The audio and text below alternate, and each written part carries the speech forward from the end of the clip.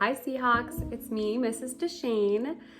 Happy Art Day, whatever date is that you are watching this video. I hope you're excited to do another craft project and hear another story. This week we're going to be starting with one of my all-time favorites. It's called Miss Rumphuis, and this is a book that was a favorite of mine growing up. It's one of my favorite books to read to my children, and I'm really excited to share it with you. You might not know it, it might already be something you know, but either way it's going to be really fun, and we're going to also do a project at the end that is going to be something that makes the world a more beautiful place. All right, let's get started. Miss Rumphuis, story and pictures by Barbara Cooney. This is actually an old Rio Del Mar library book, but they were getting rid of it, and I figured I would always like having an extra copy of one of my favorite books. The Lupin lady lives in a small house overlooking the sea. In between the rocks around her house grow blue and purple and rose-colored flowers. The Lupin lady is little and old, but she has not always been that way. I know. She is my great aunt, and she told me so. Once upon a time, she was a little girl named Alice, who lived in a city by the sea. From the front stoop, she could see the wharves and the bristling masts of tall ships. Many years ago, her grandfather had come to America on a large sailing ship. My grandfather did too. That's pretty interesting. Now he worked in the shop at the bottom of the house, making figureheads for the prows of ships and carving Indians out of wood to put in front of cigar stores. For Alice's grandfather was an artist. He painted pictures too of sailing ships and places across the sea. When he was very busy, Alice helped him put in the skies. It's kind of a nice way to help. In the evening, Alice sat on her grandfather's knee and listened to his stories of faraway places. When he had finished, Alice would say, "When I grow up, I too will go to faraway places. And when I grow old, I too will live beside the sea." "That is all very well, little Alice," said her grandfather. "But there is a third thing you must do." "What is that?" asked Alice. "You must do something to make the world more beautiful," said her grandfather. "All right," said Alice, but she did not know what that could be. In the meantime, Alice got up, washed her face, ate porridge for breakfast. She went to school and came home and did her homework. And pretty soon, she was grown up. Just like that. Then my great-aunt Alice set out to do the 3 things that she had told her grandfather she was going to do. She left home and went to live in another city far from the sea and the salt air.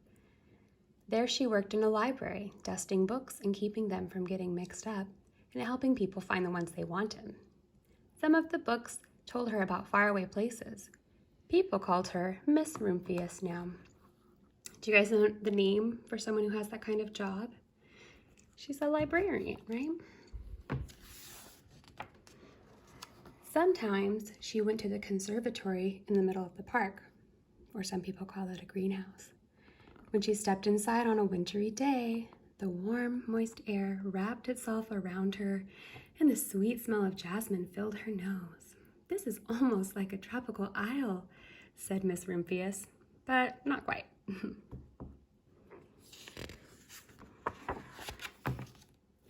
So, Miss Rumphuis went to a real tropical island where people kept cockatoos and monkeys as pets. She walked on long beaches, picking up beautiful shells. One day she met the Bapa Raja, king of a fishing village. "You must be tired," he said. "Come to my house and rest." So Miss Rumphuis went in and met the Bapa Raja's wife. The Bapa Raja himself fetched a green coconut and cut a slice off the top so that Miss Rumphuis could drink the coconut water inside. Before she left, the Bapa Raja gave her a beautiful mother-of-pearl shell on which he had painted a bird of paradise and the words, "You will always remain in my heart." "You will always remain in mine, too," said Miss Rumphuis. What a special trip. My great-aunt, Miss Alice Rumphuis, climbed tall mountains where the snow never melted. She went through jungles and across deserts.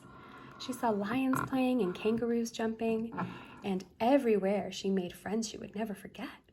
Finally, she came to the land of the lotus eaters, and there, getting off a camel, she hurt her back. "Oh, what a foolish thing to do," said Miss Rumphuis. "Well, I have certainly seen faraway places. Maybe it is time to find my place by the sea.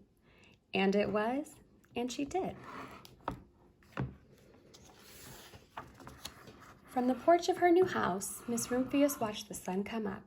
She watched it cross the heavens and sparkle on the water, and she saw it set in glory in the evening. She started a little garden among the rocks that surrounded her house, and she planted a few flower seeds in the stony ground.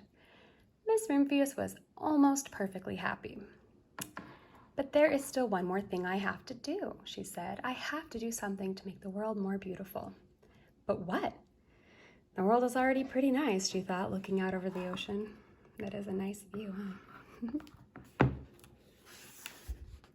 The next spring, Miss Rumphuis was not very well. Her back was bothering her again, and she had to stay in bed most of the time. The flowers she had planted the summer before had come up and bloomed in spite of the stony ground. She could see them from her bedroom window, blue and purple and rose-colored. Lupins, said Miss Rumphuis with satisfaction. I have always loved lupins the best. I wish I could plant more seeds this summer so that I could have still more flowers next year. But she was not able to.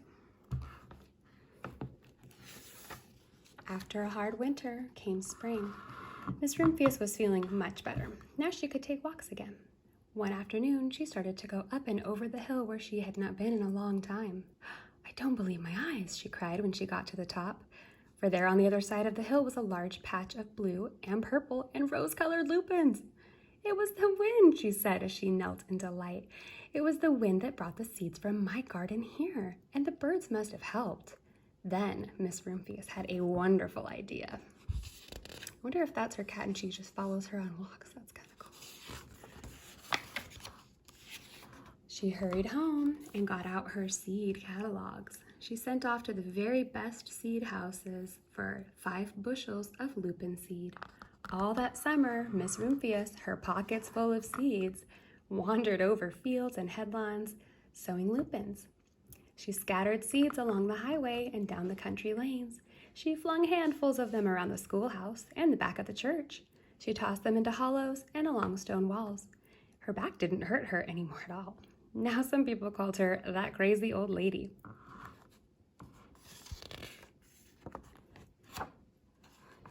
The next spring, there were lupins everywhere. Fields and hillsides were covered with blue and purple and rose-colored flowers. Look at them all, do you see? They bloomed along the highways and down the lanes. Bright patches lay around the schoolhouse and back of the church. Down in the hollows and along the stone walls grew the beautiful flowers. Miss Rumphuis had done the third, the most difficult thing of all. My great-aunt Alice, Miss Rumphuis, is very old now. Her hair is very white. Every year there are more and more lupins. Now they call her the Lupin Lady. Sometimes my friends stand with me outside her gate, curious to see the old lady who planted the fields of lupins. When she invites us in, they come slowly. They think she is the oldest woman in the world. Often she tells us stories of faraway places. You see them all gathered around listening to her. When I grow up, I tell her, I too will go to faraway places and come home to live by the sea. That is all very well, little Alice, says my aunt. I guess she's named after her aunt. But there is a third thing you must do. What is that, I ask. You must do something to make the world more beautiful. All right, I say. But I do not know yet what that can be. I hope you guys liked the story as much as I do. Hello. I love the idea of making the world a more beautiful place, and making art is definitely one way that we can do that. So you should have received this week in your class box 2 pieces of watercolor paper. It's nice and thick so that it won't get too wrinkly when we paint it. And then one of these cool little shiny papers. And I'll show you what we're gonna do with that in just a minute, but we're gonna mix colors up on it. It's kind of like a paper palette. And you also have some other materials that came in your kit at the beginning of the year. You should have a little set of watercolors like this with a little brush and some crayons. We're gonna use both of these, and you can go and get a little cup of water. And then once you have all of those materials ready, Be ready to get right in. So first, you're going to take out your crayons. Mom, you used a lot of red on this. I did use red on that one. Okay. You don't have to dump out your crayons in the messy way that I did. You can just pull out the colors you want. But if you guys remember, Miss Rumphuis planted what 3 colors of lupins? She planted blue, purple, and rose colored. You can do all those colors if you want. I'm gonna do all those colors, or you can do just one that might be your favorite. But we are first going to draw our lupins with crayon and then paint it. If you don't know what happens when you paint over crayon with watercolor, you're gonna see it's actually really cool. You still get to see all the different designs. So I'm gonna do pink lupins first. I'm going to do blue. Let's see if I might need to move the camera down a little lower so you can see this a little bit better. I'm going to do blue first. Okay. Go ahead. Mom, why did you do a circle? So I'm gonna start with kind of a big circle at the bottom because they get smaller as they go up. So big circles that get smaller. These are like the little petals of my lupin plant. It almost looks like a bunch of grapes. But you just start with big circles and you get a little smaller as you go to the pointy top. Circle, circle, circle. And you know what? If it's not a perfect circle and it looks more like an oval, which is kind of like a long flat circle like that, that's totally fine too. Even if it looks a little bit like a square, that's fine. It will still look really beautiful and creative. I love squares. I love squares too. All right, so now I have a whole collection of circles that kind of looks like a lupin. How's yours coming over there? Oh yeah. Everyone's just gonna end up looking different, huh? I don't know why this looks unappealing. Okay, next I'm going to do purple since she also planted purple. I'm going to do purple next. Purple circles. And then I'm gonna make like a tiny one at the top just so I kind of know what I'm aiming towards. Circles that get a little smaller going the higher you go. And these are like my little petals of my lupin flowers. Some of them you can see aren't perfectly round and that's totally fine.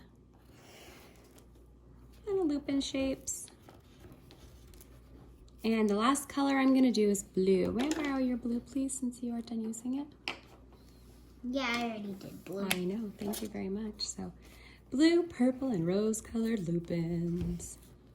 These are looking cool already. Big circles going up to We can't wait to see your guys' if you guys post them on Google Classroom. That will be pretty exciting. We probably won't. You guys probably won't though, because we don't go in your classroom. Okay.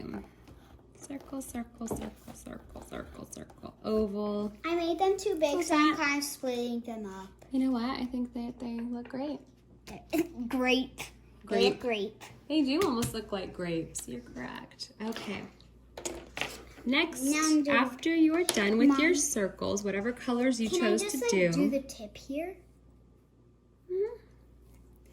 Now I'm going to get green. Let's see, should I do light green? Should I do dark green? I might actually just do both and mix it up. Next, I'm gonna add those leaves at the bottom that kind of look like fingers, like a hand, you know? That's a really good description for that. I noticed lupins around the corner from my house that grow a lot here in the spring in Rio Del Mar.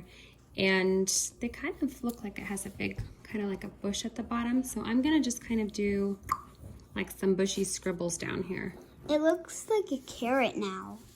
And I'm also going to do like a sunshine up in the sky. I'm going to do that too. Because I like sunshines. As you guys learned when you saw me read the beautiful Blackbird book. I love sunshine stuff. Okay, now that we have our crayon stuff drawn, if you're still doing it, that's totally fine. You can pause the video and come back and do the paint part in a few minutes. Yeah. Yeah, says Lily. And we'll okay, who is ready to paint? Are you ready, Lily? Yep. Me too. Okay, so you should have your shiny paper that's called a palette paper, your actual palette of colors, some water, your brush, and then the Lupin drawing that you just made with crayons. So you're gonna dip your brush into the water and start with the color you want. Now, the cool thing about the watercolors is you can blend them together to make different colors. If you don't wanna mess up the color, like let's say you have purple and you wanna mix purple and blue together, you can just put the color right on this paper. See how it's so shiny? And you can mix them together on that paper so you don't mess up the colors that are here in your little kit. So I'm gonna mix purple and blue together to make like a purpley blue. And that's kind of the cool thing about having this palette, is that you can do that and it doesn't get on the table or it doesn't get anything else messy because it is kind of waterproof. That's why it's shiny. We should be doing it on the shiny side of the paper, by the way. Okay, so now I have my kind of purpley blue that I wanted. It's not quite purple, it's not quite blue. Like a periwinkle, yes. Okay, I'm gonna add a little more water to that. Can I start drawing? You can also just do straight blue or straight purple or straight pink. I'm just like to mix my colors up and I wanted to show you guys how to do that. Okay, so I'm gonna start. Now, one thing that I love about doing the watercolor resist, is what this is called, is when you do the color on top of what you already drew, your crayon is still gonna show through. Isn't that neat? It's called resist because the crayon resists the paint. It doesn't mess up your crayon at all. So you can see the crayon shape, and then also you get to see the color. So it's kind of neat. Makes you feel like a real artist. There we go. These brushes are kind of tiny, so you have to get a lot of water. I'm going to add that onto my watercolor paper. Might even add a little blue on it too, like on the bottom of it, and blend it so it's like a real bluey purple. Mix it together.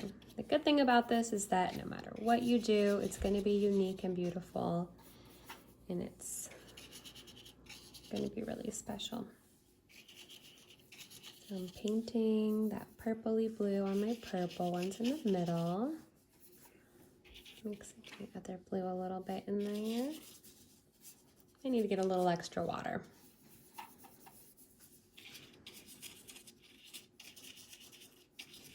Looks like it's getting a little more blue every time I add more up there. What do you guys think? Have you done this before? I know that if you're a first grader, you probably did watercolor resist in kindergarten last year. And if you're in kindergarten, you might have done it another time too. I know Mrs. Werner does like to do watercolor resist in her classroom, which is awesome. Adding some other dots. And the cool thing is when it dries, it's all just going to kind of blend together. My crayon isn't showing up. Well, that's because you did the exact same color of paint as the color of crayon. One of the tricks of doing this is if you do it, you have to do it like a different color than the crayon, and that's when it shows up better. Okay, so now I'm going to do my pink. I'm going to add a lot of water droplets onto my pink watercolor paint. And then I'm going to put it down here on my palette. Also, make it a little bit light so that it's not too dark, because I do want to be able to see it. Okay. Whoop. Dueling paintbrushes. Okay, so now I'm going to do it. So see how it colors the inside of it? Pink. I'm going to make it a little bit purple too, like a pinky purple. You can just kind of add. That's the cool thing about having this big palette to drop your colors onto. If you find your paint looks a little darker, you can just add a little water to it and it lightens it right up. It's almost like we're staining the paper.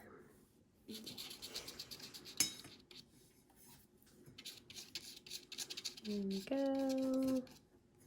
Making our lupins. I think I'll probably end up putting this one on the fridge. I'm pretty proud of it. I'm not proud of mine so far. I actually like yours. I think it looks really cool. Mine's too flooded in the blue. Well, And that's all the only one I've been doing. But does if it? you have the wet But don't paper, care about me you can too, add a do you? couple drops of dark color and it'll kind of blend it. I'm going to do pink now because it's already wet. Yeah. Pink. Make it real pale. Mine's going to Just put water all over. Are you going to make it pale on the top? So I got pink lupins. Well, rose-colored lupins. I already have those.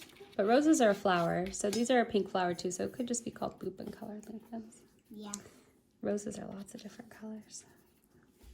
Okay, so there I got my rose-colored lupins. Now, I'm gonna do my blue ones. I'm gonna do blue, blue, blue. But I'm gonna add a lot of water to my blue because I want it to be really light. Like your crayon. Yeah. So if I add a lot of water on it, it'll be nice and light blue. I like that. I'm just gonna, and maybe I should have used a darker blue crayon, because you're right, sometimes the circles don't show up as much if it's the same color. Yeah, it's I'll not just add showing more up on water. mine at all. Yeah, I see that. I think I Mom, just are need you to add more water. Are you See? going to color in the sun?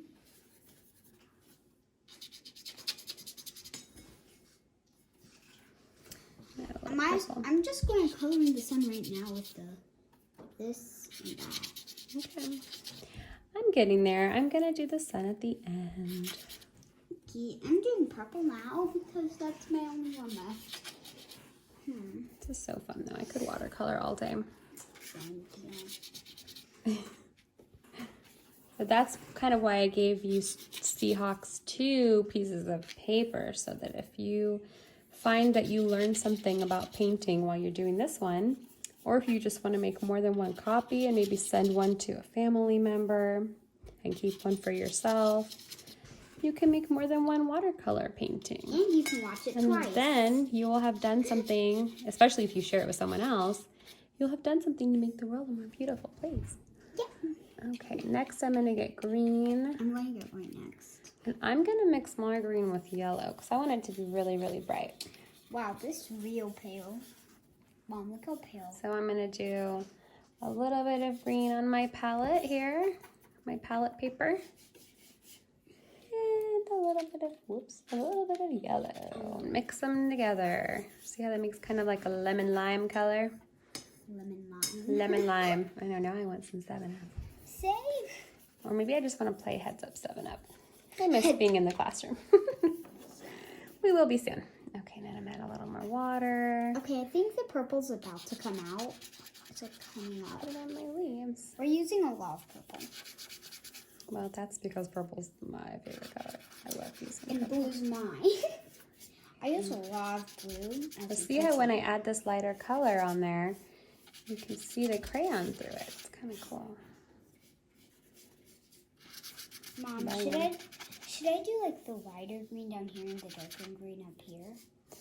Honey, you can do it whichever way you want. Okay. Adding my leaves down here.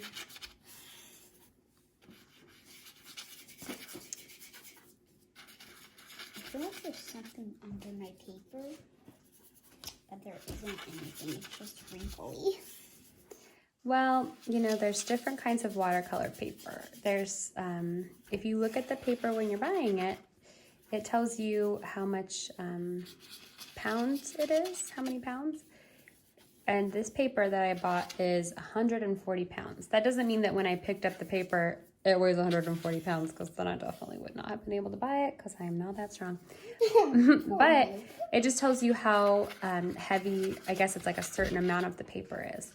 So that means it's really thick paper if it weighs more.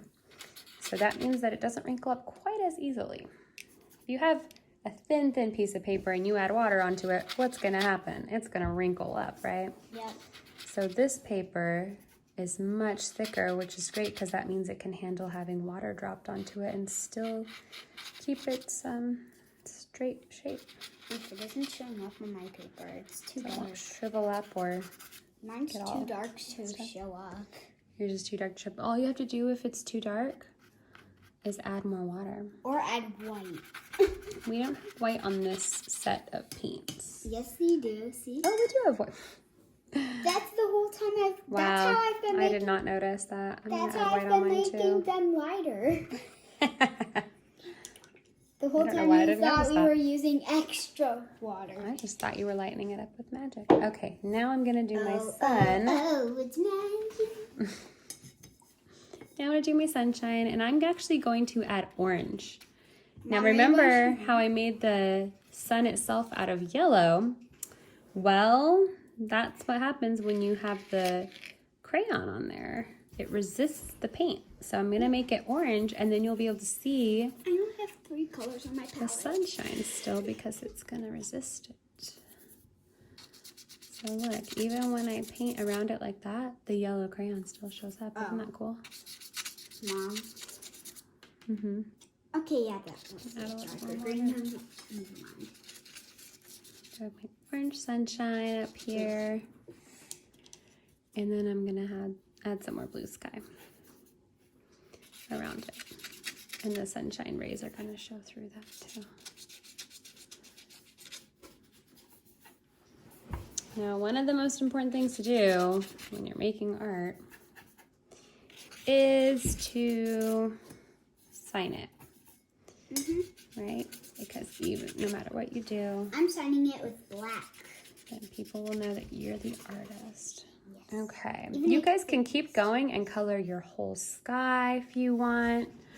I'm not. You can add more grass at the bottom. Sadly, I'm not going. I'm gonna do purple. Thank you guys so much for participating in our watercolor painting of our beautiful lupins this week and listening to our story. I hope you liked it as much as I do. It's one of my favorites. And I also wanted to remind you guys that when you're cleaning up, make sure you throw these palettes, these paper palettes in the trash, or completely wipe them off with maybe like a paper towel so that they don't make a mess. We're trying to keep things really clean. So I hope you have a wonderful week and you do something to make the world more beautiful. Bye. Bye, Seahawks.